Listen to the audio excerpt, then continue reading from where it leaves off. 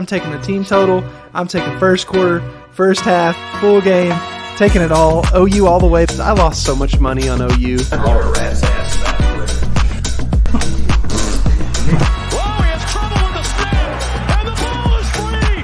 Can't start from all crazy. And they run through our ass like shit through a tin horn, man. That is a disgusting act by Randy Moss. What's up, and welcome to Not Another CFB Pod. This is the Week 7 College Football, Week 7 NFL recap show. It was quite the weekend. Both Beast and I's teams won college football, so that's cool. We're kind of back. I did hear some devastating news. Obviously, the Cowboys lost Sunday night, but did you know, Beast, that the Lions still have more points against, and they didn't even play this last weekend? It is ridiculous, man. It was actually a success in that sense, just that the Lions didn't lose. So, it wasn't an L for them. Technically, all my teams won. Right. If the Cowboys could have won, then we could have said that. But, of course, the Cowboys going down to the Eagles on Sunday Night Football. Heck of a game. We're going to dive into the recap here shortly, but did want to give a shout-out really to both of us. My Saturday picks were crazy. Had a really successful day on Saturday. Sunday wasn't as good, but we got out of the weekend up a lot, especially if the Monday night play hits tonight.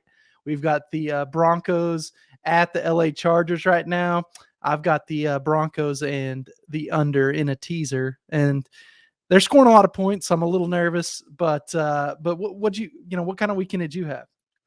I gotta say, PG's right. PG got super hot on Saturday, so if anybody was tailing, you guys made a lot of money. I probably should have been tailing all of PG's plays because my plays on Saturday, I want to say in total I might have went 4-5 or 3-4. Okay. I was one below, kind of breaking even. Okay, but that was fine because Sunday, we kind of shook it off. We bounced back, and I went 3-1 yesterday.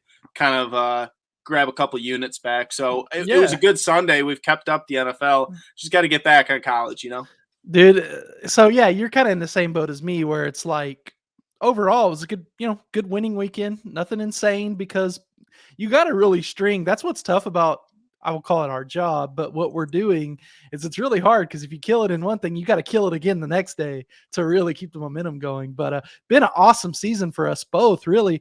I looked at the Coda Capper standings thing, and it's like every sport that comes up, mine and your names are up there towards the top. It's freaking awesome to see, dude. The hard work's paying off. The positive vibes only, they kind of worked out for us this weekend. I didn't even change it for this show because of that reason. It's been good. I'm proud of us. Yeah, keep up the positive vibes because, it's working. And like I said, even if there's a day like Saturday where I didn't necessarily win a lot of bets, positive vibes. We're still having a lot of fun watching those games. It's an incredible weekend of football, whether you're winning bets or not, Yes, it was an incredible weekend. So let's talk about it. But before we do, I want to get in a quick word from our ad sponsor of the show. The BetCoda Sportsbook is a South Dakota owned and operated sportsbook located in the Midnight Star Casino in Deadwood, South Dakota, serving customers in the state. As you enter the Midnight Star, you're swept into the past of the grand staircase, stunning woodwork, and the elegance of the chandelier. They offer the best lines in Deadwood, so stop by and mention the Coda Sports Gambling Network to receive a free BetCoda t-shirt. Play responsibly, must be 21 years or older to wager. Gambling problems or concerns? Call 1-800-522-4700. Awesome. Shout out to the Coda Cappers, the Coda Sports Gambling Network in general. We've been hot. Hockey started up. I know a bunch of us are getting off to a good start in hockey as well. So be sure to follow at Coda Cappers on Twitter. All right, we got to talk about college football first, man. What an insane weekend. We knew it would be just by default because of all the ranked head-to-head matchups. Are there any that stand out that we really need to start with, you think? Definitely we got to talk about that Tennessee and Alabama game. You're right. I think that was probably the headline of the weekend for anybody that hates Alabama and everything, which seems like every college football basically fan, everyone. If you're not a Bama fan, you hate them, Right. You just kind of have to. They've basically been the Patriots of the college football world for a while, if you will. Just a true dynasty in every sense of the word. You called this week that you thought that would be the big game. I was on Tennessee money line, Tennessee spread. Tennessee wins at home 52-49 on a last-second field goal. You couldn't write it up any better. I've got some Alabama fans who are that follow me and I follow them, and they were not happy about some of those calls they got on Saturday. Kind of turned into Saturday evening, really. But I mean, I didn't like the one main one that they're talking about is when Alabama got that interception on the goal line and then they ran it back and they said the flag came out late. The flag does come out late, but that was pass interference, right? Right. It was. Okay. Just making sure we were on the same page there. But electric offense, and Bama's not done. Like we've seen one loss Bama. I mean, they'll be fine. One thing that scares me, and we're just talking about college football world right now, there's a very real scenario where like 3 SEC teams get in. Okay, so Tennessee has to lose to Georgia, and then Bama has to win out, obviously, and then Bama needs to beat Georgia in the SEC championship game. So you got 3 one-loss SEC teams that are all going to be top 5 all year long. It's a very real possibility. I mean, and at that point, I have to say, when I watch those 3 teams, like when I watch those 3 teams right now, they look like top 4 teams to me, just on like the whole eye test thing. So that's the truth. I mean, they probably are the 3 best, 3 of the 4 top teams, at least right now, looking at it. So, like, I'll be mad in a way, but like you said, you can't, like, at the end of the day, who are we gonna? I guess it really just depends on who gets screwed out of a spot. We need to talk about our beloved Pac-12 because we had some pretty serious movement there. Yep. Utah beating USC. I was going to call it an upset, but it really wasn't. Utah being favored in this one, they win at 43-42. You just barely miss your cover of 3.5 there. Just kind of the way the night went. I mean, it was a high-scoring game, but in the end, USC did cover, but they lost. So that kind of knocks that next. Now UCLA is the only undefeated Pac-12 team, and I don't see a one-loss Pac-12 team making it in over one of those one-loss teams we mentioned, but we'll see. But let's talk about this USC-Utah game. What'd you think? Like you said, it was a bummer to miss that cover just because I was so excited. I thought Utah would kind of roll in this game, but I have to give USC credit. Like, they hung around. They did everything they could. They damn near won that game. I was kind of hoping for overtime, if I'm being honest. Yeah, like when I saw that was them our come only out, that was when our I only saw them come chance. out with the 2-point conversion, I'm like, son of a bitch, we can't get this no matter what, Yeah, but that was an interesting move, too. So they went for 2, Utah did, at home, right at the end of the game to win it on the spot. That's a move you typically see the away team do, could like kind of take the crowd out of it. We'll win it in our own hands. They decide to go for 2. I think just because they knew that they were having a lot of problems stopping USC, and especially in that second half, it seemed like. But a great game for Utah. And to be fair, like I kind of do think you were on the right side of that. It just one of those things that comes right down to it, and it didn't go our way. But an amazing game. And it was a cold one classic because by the time it ended, it was like freaking 10 p.m. or something. So it turned into a cold one classic. You got to like those. Yeah. We had some other top 5 matchups and some head-to-heads that we need to talk about. Georgia rolled over Vanderbilt 55-0. Clemson beats Florida State 34-28. Game was pretty close. Florida State played them tough, but Clemson does get the cover and the win in Tallahassee, which low-key is a decent win this year. Florida State's not bad. Yeah. The next game I really want to hit on, though, is TCU and Oklahoma State, man. TCU beats Oklahoma State in overtime 43-40. I thought Oklahoma State had that thing wrapped up, man. I think I texted you, or maybe it was in the group. Just I couldn't believe how Oklahoma State started that game. I was feeling great for you, and maybe I jinxed it. I don't know. But no, I mean, I had +4, so they covered. So that was all that mattered. Yes. Yeah. See, I did it again where I thought I keep thinking in that game that Oklahoma State would be favored, but they weren't. Right. So, no, I mean, it's a cover for you. It worked out great just that they covered. But at the same time, I thought Oklahoma State was the better football team for a lot of that game. I did too. You're right. They just kind of fell apart down the stretch. And, when you have a game go to double overtime, I mean, it's anybody's game at that point. So it was a fun game, though. I mean, anytime we're seeing, I would argue like they both are probably top 10. I know one of them's like 11, but so very fun game, I thought. Yeah, it was a great game. Lived up to all the hype. 43 TCU, 40 Oklahoma State, and that was in Fort Worth. But I keep doing that thing. I did it like twice on the pod, and I did it just now, where it seemed like going into that game that I thought Oklahoma State was favored, and they weren't. So you were on the right side of that one too, no doubt.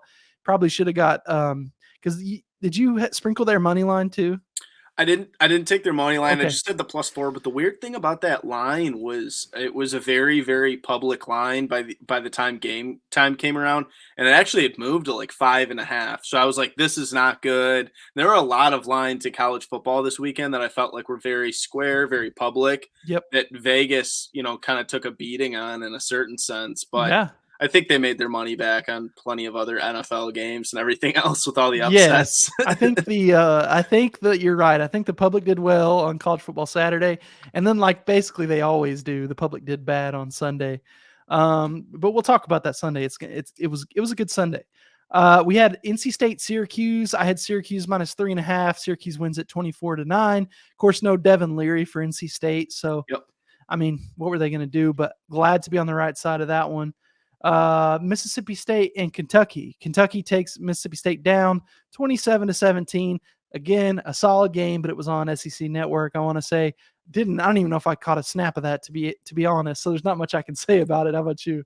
No, I wasn't able to watch any of it, like you said, unless you were somebody that was, has the SEC network or dialed in, kind of on some apps or something. But I wasn't able to watch it. I was kind of following it on action just because I was like, well, there's other games I'm watching. I just want to see what happens. But it seems like Kentucky played real well. I'm going to have to probably go through all the clips on that game and just see, because Yeah. Levis was back, correct? Levis was back, Yeah, and that's Chris what I thought. Rodriguez ran for almost 200 yards, 196 yards on the ground for him. So that Mississippi State team, I'm telling you, they're healthy now. The offensive line's figured it out. They're running the ball well. They're back to playing their style of game. Look out going forward. They're going to upset somebody, and they're already. I mean, they're a top 25 team to begin with, but. Let's talk about our games. I like doing this. I'm going to talk about OU Kansas first. OU beats Kansas 52-42. I'm declaring OU back. Everything is back on. No, I'm just kidding. We're obviously a 3-loss team for a reason, but this was some steps in the right direction for OU. There was plenty of chances they had in that game to blow Kansas out. They had a really bad call right before the half that the runner was down short of the end zone. He definitely wasn't. Then they had, goal to go from like the 2-yard line with only like 10 seconds and one timeout. So they really could only give the goal line 2 goes, and they ran the same play twice basically. And well, that wasn't the case. The first time they ran a play, it didn't work. And then the second time they got ready to run a play and Kansas called a timeout, but it was one of those things where it was late. So Oklahoma kind of still ran their play. Like you could tell it was a run play to the right side. And then they came out of the timeout and just did the same play again, which I kind of get, maybe the coaches tell them, okay, they're not going to do that. So let's get ready for the next thing. But OU literally ran the same play. They had lots of chances to blow Kansas out in this one. The offense was awesome though. They accounted for 701 yards total. That's awesome. You love to see Dylan Gabriel out there slinging it, 403 yards passing for him. And Eric Gray, our starting running back, 176 on the ground. They kind of had whatever they wanted on offense. And Kansas did well. They had some big plays that kept them in that game. But step in the right direction for OU. It was a good game. I was glad to be on OU -9. Or I think I actually locked in at 8, but I think I gave out 9, and they win by 10. So it was a cover and a win. I'll take it. Yeah, no, that was a good win. I felt like OU finally kind of bounced back, showed us what we've probably been waiting for a couple weeks here. They started off so hot, obviously, to start the year, but a team that kind of got hot this week was Michigan State. I have to give them a little bit of credit. Go for it. To kind of, show a little bit of support for my guys. I talked about how much I was disappointed with how they played down the stretch. And I think they finally showed up and played their most complete game so far. Just offensively, they looked night and day different. And I kind of had went in, like, I was at the sports book Saturday. I was talking to all my buddies, and I said, this is actually a pretty good matchup for Michigan State. I said, just because what Wisconsin does good is they run the ball, and their defense is kind of okay, but it's not as good as some of the other defenses that Michigan State's played.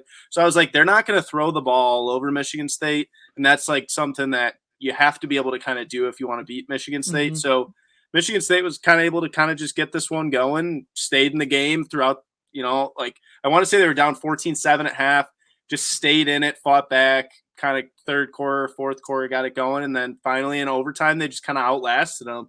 And it was kind of some resiliency that I haven't seen all year out of Michigan State. So I have to give the boys credit. Like Peyton Thorne probably played his best game so far this year. I want to say he was like 21 to 29 for like 270 yards, 2 touchdowns. Like he didn't have any mistakes. Like that's Yeah. all I want from the guy. So Mhm.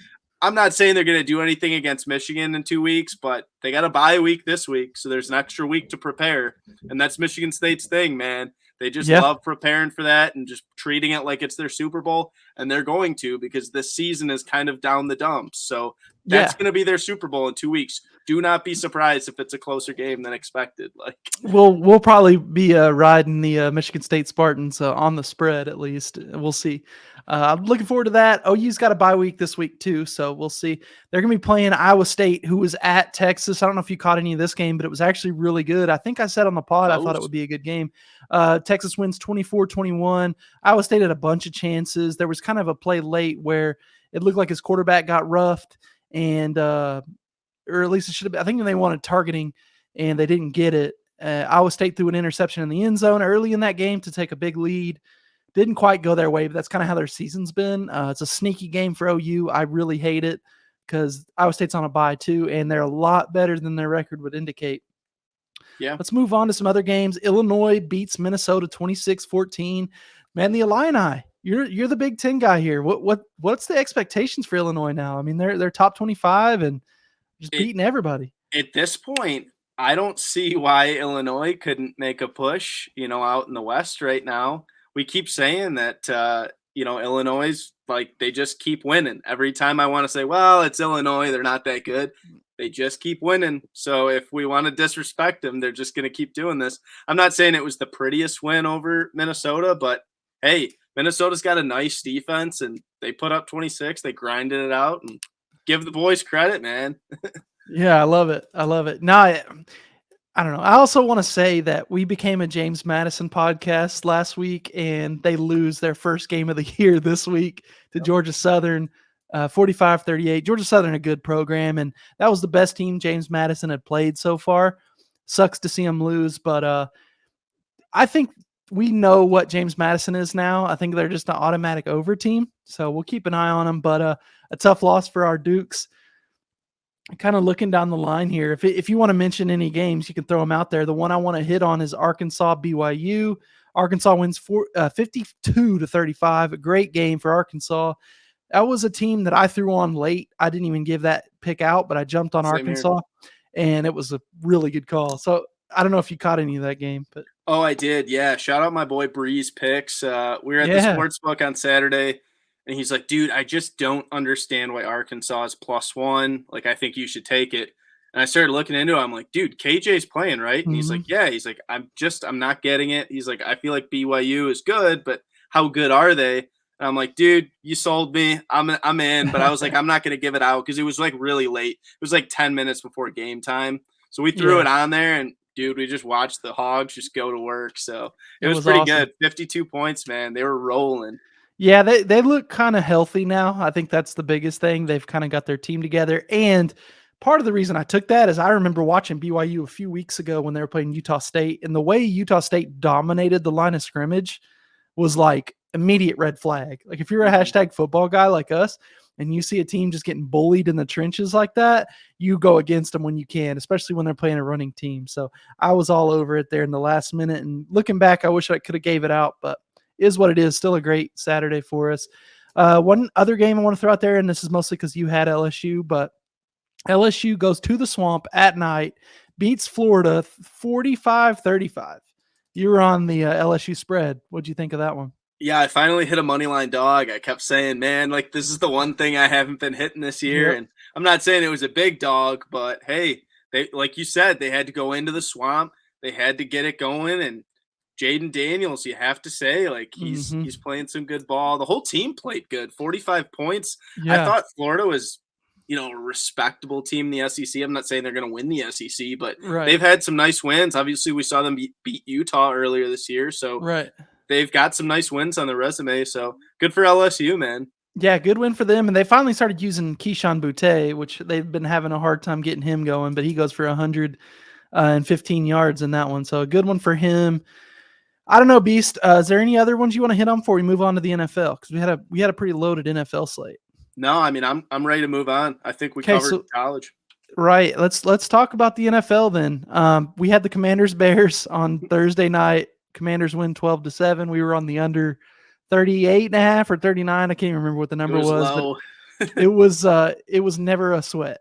That's how bad these teams looked. We don't have to spend a lot of time on it. It was just pretty gross. Let's talk about our Sunday. We had some interesting games. I know you were on the Falcons plus the points. They beat the 49ers straight up at home 14-28.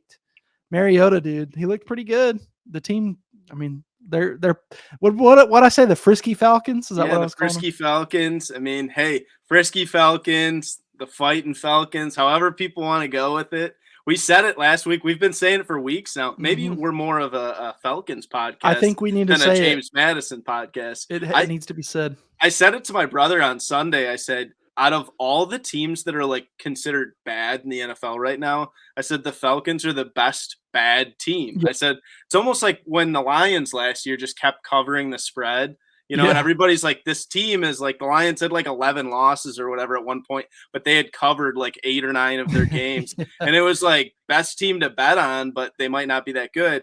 That's the Falcons this year. And at the same time, Mariota, once again, gets the job done. I don't know how he's doing it, but he's finding ways. I think he had once again like another 60 or 70 yards rushing. Yeah, I was gonna say he used his legs a lot. The passing stats aren't gonna blow you away by any means, but they use Kyle Pitts in this game a little bit.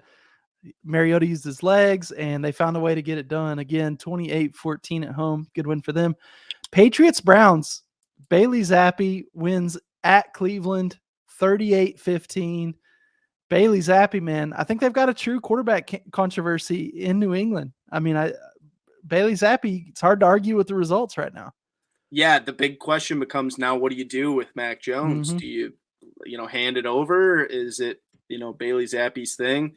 I think you're right, but I was impressed. They put up 38, and I think going into the year, a lot of us said Browns defense is going to be what carries this team just because they had all the stuff with Watson. But hey, Patriots for starting this year off, I thought that with Mac Jones, one of the first or second games of the year, I was like, oh, Mac Jones, this Matt Patricia offense, they stink. Yeah, Patriots aren't going to score. Well, Bailey Zappi's working it, man. Yep. They used 28 second half points. So it was a lot of adjustments and stuff that they made, but you got to give a shout out to them. Patriots, they're playing better than people thought they would. Let's talk about another team that's playing a lot better than people thought they would, the Jets. The Jets go into Lambeau. They beat the Packers 27-10, man. I don't know what it is about this Jets team. I mean, it's a lot of young guys. They're obviously really strong on defense, specifically that front seven. And you got to talk about Sauce Gardner, the rookie cornerback what was he, a top 5 pick? I mean, he's making plays. I saw that they already have the graphics out, Lost in the Sauce. And it's all the guys he's covered and all their yards and whatever. What a year so far for them. They're 4-2 right now. Great win in Green Bay. Yeah, and that's a thing that I did not see coming into this year. I think everybody said, well, the Jets drafted so well, like this team's going to be much improved. And I couldn't buy into it. I just, for whatever reason, I'm like, this is still Zach Wilson at quarterback. Like, how could you turn it around that fast? But the defensive line looked great, on Sunday. Like you said, Sauce Gardner's, saucing it up out at corner, man. Obviously, the other conversation as far as going to draft conversation is Breece Hall, man. He is the real deal, Mayfield or Holyfield. It's like, dude, he is like, he looks great. I want to say he had 5.8 yards per carry. Like, he's popping off. Couple really good rookie running backs coming out right now. So I'm excited to see what they can keep doing. But it wasn't just Breece Hall. Like, Michael Carter was putting out yards too. Yep. I'm excited to see what they can do going forward. Yeah, but that's just kind of how the NFL is right now, right? They've got a pretty good offensive line. They've got a really good defensive line. And that's like kind of how you start, and then everything else kind of falls in line. When you can protect the quarterback for a long time and you can get after their quarterback without sending linebackers, you're in a great place. That's just kind of the NFL right now, really football in general, but more so the NFL, where mistakes happen a lot less. Colts, Jags. I thought the Jags were going to pull it off, but the Colts used a couple fourth quarter magic Yep. and come up with a win that they really had to have. Colts now moved to 3-2-1. AFC South's a mess. I don't have much to say about that one, but a much needed win for the Colts, no doubt. We had the Vikings Dolphins go down. The Vikings win 24-16. Dolphins were on Skylar Thompson at quarterback. He got hurt. Then they moved to the third string in this case, which was Teddy Bridgewater. Yeah, banged up Teddy. Yeah, and Teddy's not even 100%. He didn't even practice this week, they said. So, again, a good win for the Vikings. They look up, they're 5-1. What are you going to do? It's the NFL. You got to find ways to win, and they're doing it. So, hey, nice win for them. Bengals Saints. The Bengals win 30-26. That was a like Joe Burrow, Jamar Chase return, and it kind of looked like the Bengals are back to being like that ultra explosive offense where it's just like you think you've got them, and it's like 3rd and 10 from like their 20, and then they just throw a 80-yard touchdown up the sideline to Jamar Chase. Like, yeah, I mean, right now the Bengals, right? Like, I don't know what to expect from them because at the same time, even though they won this game over the Saints, like the Saints still, outdid them in yards and everything, and that was with Andy Dalton at the helm. So I still I know that Bengals fans are probably going to hate that I'm saying this, but I think if Jameis Winston starts that game, I think the Saints might have pulled that game off. I mean, I'm not saying Andy Dalton's bad, but there's a big gap between those two, in my opinion. Yeah. And I think Jameis probably would have gotten the job done. So the reason that I'm saying that, I don't know, I guess what I'm getting at probably is just that I think the Bengals might not be 100% back. You're right. The offense looks great, but they got some issues, man. And they seem to each week there's something different going on. So I don't know. I don't see them as a playoff team. I think I'm with you. You're right. But I guess I just saw flashes of what we wanted to see. Right. I will say that you're probably right, just because the Saints had such a big first half lead in that one. They absolutely threw it in the garbage can in the second half. So they only scored 6 points in the second half. So I don't think Jameis is doing that for sure. But, who knows? Again, a good win for the Bengals. Had to have it. I don't know if they're a playoff team either, though. That's a good point because the defense was not great. You probably shouldn't be giving up 26 points to basically a second string offense, So anyway, one we got to talk about, and I hate this for you, but you had the big take about the Giants and being fraudulent. And to be fair, you were looking at a pretty solid lead going into the fourth quarter, but the Giants pull it off 24-20 over the Ravens. This was a game in New York or New Jersey, whatever. But a good win for the Giants, man. They're 5-1. I don't know how, but they are. That's just the reality. Yeah, I mean, I had to kind of get on my phone after the game there. I was sitting on my porch Sunday. And I said, guys, I have a statement I have to say here. I was wrong. # Beast was wrong. The Giants showed up, and as much as, like you said, I felt like the Ravens probably should have still won that game. The Ravens were not going to cover. It didn't feel like at any point. So me saying, they're going to win by -6, they're going to win by 10, I still would have been wrong. Even if the Ravens won by 3, I still probably wouldn't look that smart. Giants are good. I love what Saquon's doing. And this wasn't even Saquon's best game. He had a good game, but it wasn't even his best game. And, Dabble's got his guys playing the best ball right now. I still don't see them beating the Eagles right now in the East. But hey, there's wild card spots out there, and they're 5-1. Yep. They got a great start at it. It is week 6 though, but we'll see. We got to talk about this. Buccaneers Steelers. The Steelers beat the Buccaneers 20-18, and that was after Kenny Pickett gets knocked out of the game, and then here comes Mitch Trubisky. Man, that's a tough loss for the Buccaneers, dude. I can't believe some of the results we had this week, dude. Between the Packers going down to the Jets, but this was probably the biggest one in my opinion, just because, they were 10-point favorites and they lost by, 2. That just doesn't happen with Tom Brady teams. So I think it's very, very normal or, accurate to say that Tom Brady and the Bucs are not the same team. They're good and they may still actually make the playoffs. But this is just this isn't working. Things aren't, vibing. I know it's a different coach this year with our guy, Todd Bowles, so I don't know what's going to go on, but I was baffled. And you're right. Mitch Trubisky, shout out Mitch Trubisky, kind of a little comeback game. He said, you doubted me. I'm going to show up. So. happy for him, and he seems like a really good guy. So that's good. Couple more I want to clean up. We got to talk about Sunday night and then Monday night. Oh, and I guess there's one more that we need to hit on. So we got the Cardinals Seahawks. Seahawks beat the Cardinals, who are an absolute mess, 19-9 in Seattle. Good win for them. Rams defend home turf against the Panthers, 24-10. I saw that the Panthers completed one pass, 1 yard down the field. Everything else was behind the line of scrimmage. I don't even know how that's possible in today's NFL. But let's talk about the big one on Sunday afternoon, Bills Chiefs. You were all over that under, and that was the right play, man. But the Bills win 24-20. I jumped on Bills -2.5. So I cashed that too. A big winner for us, the double dip. Yeah, we definitely double dipped it. That was a game that I felt like everything you had broken down, I probably should have just done the same game parlay and, hit both of ours.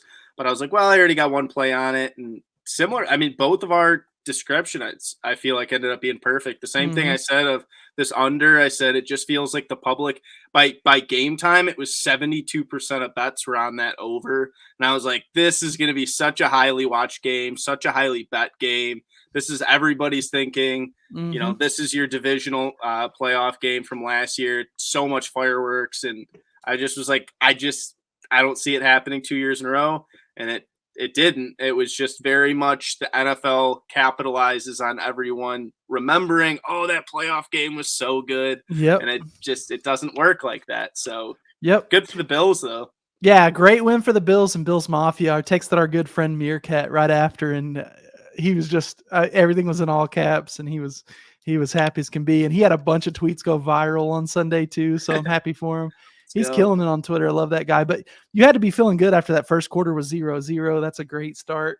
Guess it was the second quarter was 10-10 though, so that's kind of not as good. But anytime you can get those 0 quarters in when you're on an under, it feels amazing.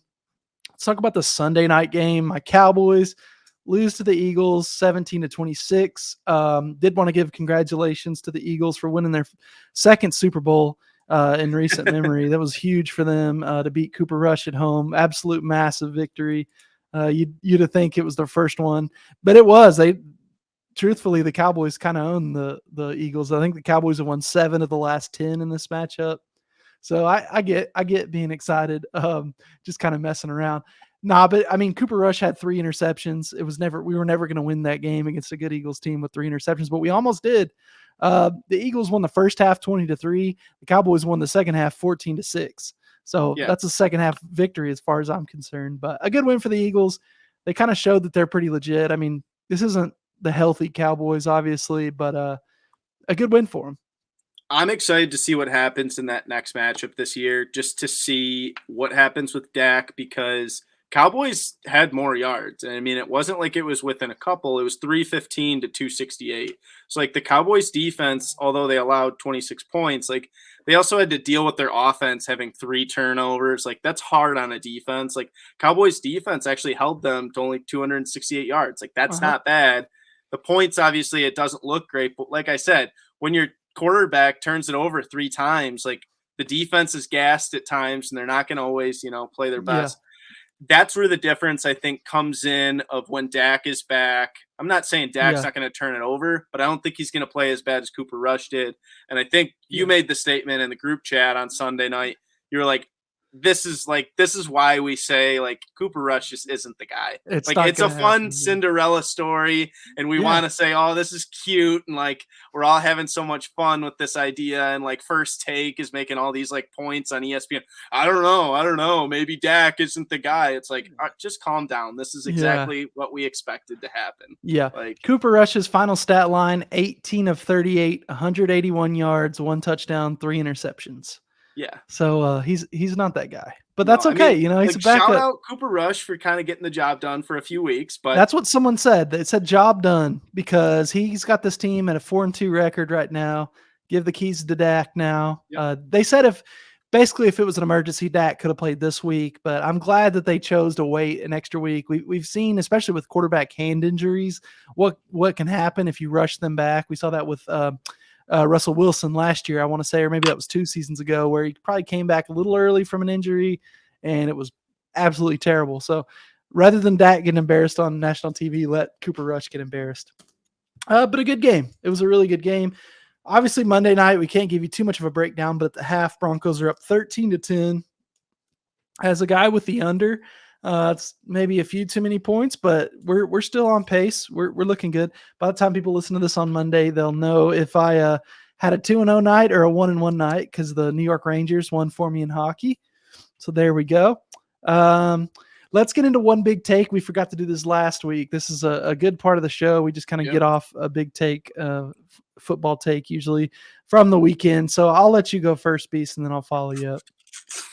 All right. I had it written down. I was going to try to put it up on the screen, but it's written so small that we're just going to just say it out here. So my big take this week is, and I kind of got to it a little bit a minute ago when I was talking about the Jets, and my big take is Breece Hall is him. That he is here. This is the Breece Hall show. I think that this is finally, his time, and he's finally getting the carries he deserves. It took him a couple weeks there. The Jets didn't probably want to admit that they had a star running back, and there's a reason he was the top running back in the draft on everybody's board, and so 2 weeks in a row here, 2 weeks ago, 18 carries, 97 yards rushing and a touchdown, 5.4 yards per carry. Gotta love that. But he also, 2 weeks ago had 100 yards receiving as well, including a 79-yard reception. That's kind of stuff that's playmaking ability is just, game changing. But then this past week, obviously, he was the game changer in that game against Green Bay. Green Bay could not stop him. 20 carries for 116 yards, 5.8 yards per carry, even better than the week before, a touchdown. Couple catches, but really it was just that ground game. And when you duo that with Michael Carter, who added 60 yards himself, they're a really, really nice 1-2 punch. The Jets have something cooking. They don't really need Zach Wilson to, be the guy anymore if you have Breece Hall just running it down people's throats. So I'm not going to jump and say that he's a top 5 running back in the league right now, but I think he's a budding star, and it wouldn't shock me if by next season we were talking about him as potentially in that top 5, but maybe not yet. But I think he's the next big running back in this league. Okay. All right. You know what? I'll be with Breece Hall too on this. I like it. What's not to like? He was a kid out of Iowa State who was awesome. He tore OU up every time we played him, basically. So I kind of figured, running backs, it's tough because NFL teams basically hate running backs these days. Right. They try to take somebody undrafted and they only use them for 2 years. But he's been special, so I'm glad that it's working out in the NFL. I've got an NFL take too, and I'm going to try not to get too fired up, okay? Let's go. Here's my thing. It's week 6, okay? It's a great win. I'm specifically talking about the Eagles, but I'm going to try to make a bigger point about all the NFL, hopefully.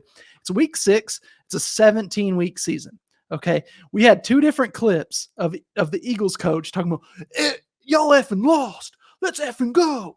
The game's over. How about them Eagles?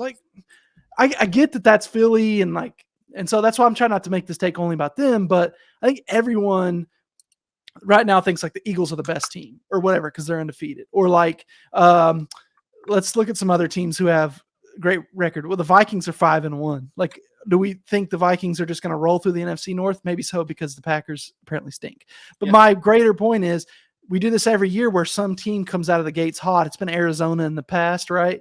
And it's they're picking up so much steam and this is the team right here. And then they rarely finish out the year the way they started it. The point of the NFL is you really want to be playing your best ball at the end of the year. This was a big win for the Eagles, by all means, no doubt about it. It's a big win for teams like I just talked about the Vikings. They're 5-1. But if your team's not doing that great right now, you're fine. There's 11 weeks left in the year. Okay. Who knows what the standings are going to look like at the end? All this stuff's fun. Obviously, celebrate your wins. I'm not trying to be the celebration police too bad because I already got called out for that a couple times. And those people aren't wrong. You should celebrate your wins by all means, but understand that it's a long season. Okay. Especially these divisional games, you play twice. All right. So things happen. You either stay healthy or you don't. Teams typically start playing good, play a little worse, or maybe they play bad at the beginning and ramp back up. So you never know what your team's going to look like by the end of the year, but it's going to be a fun year. Lots of football left. Like I said, 11 weeks left in the NFL, I think, unless I'm mistaken. There could be 12. But, there must be 12, right? Because each team's playing 17 games now. Yeah, So there's 17. 18 weeks left. So lots of football left, and it's been an awesome season, an amazing weekend we just had.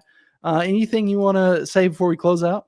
No, yeah, I mean, you're spot on. I'm just looking at the standings right now, and a ton of teams that probably are underperforming that, like you said, ton of this season left. For example, we said Bengals 3-3, Ravens 3-3.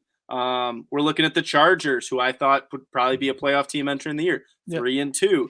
We're looking at, we said, I'm not saying the Giants, I gave them a lot of respect after last week, but they're 5-1. We talk about those 5-1 teams that, like, are you going to say that the Giants at 5-1 are better than the Buccaneers at 3-3?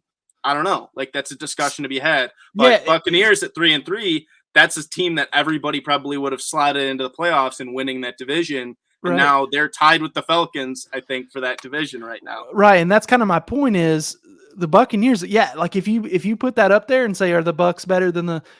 Probably the Bucks get whooped by the Eagles right now, but it doesn't matter about right now. It matters later on in the year. You just got to kind of stay afloat until you really need to start racking up wins. And it's a great start. You'd way rather be undefeated right now than be 3-3, but a lot of football left, man. I guess that was my greater point. Just maybe not overreactions just yet. Yeah, you can be happy, but overreactions are fun though. Like I'm trying not to Yeah. be like the fun police because I'm sure if the Cowboys were 6-0, I'd be freaking out, and that's maybe that's the point.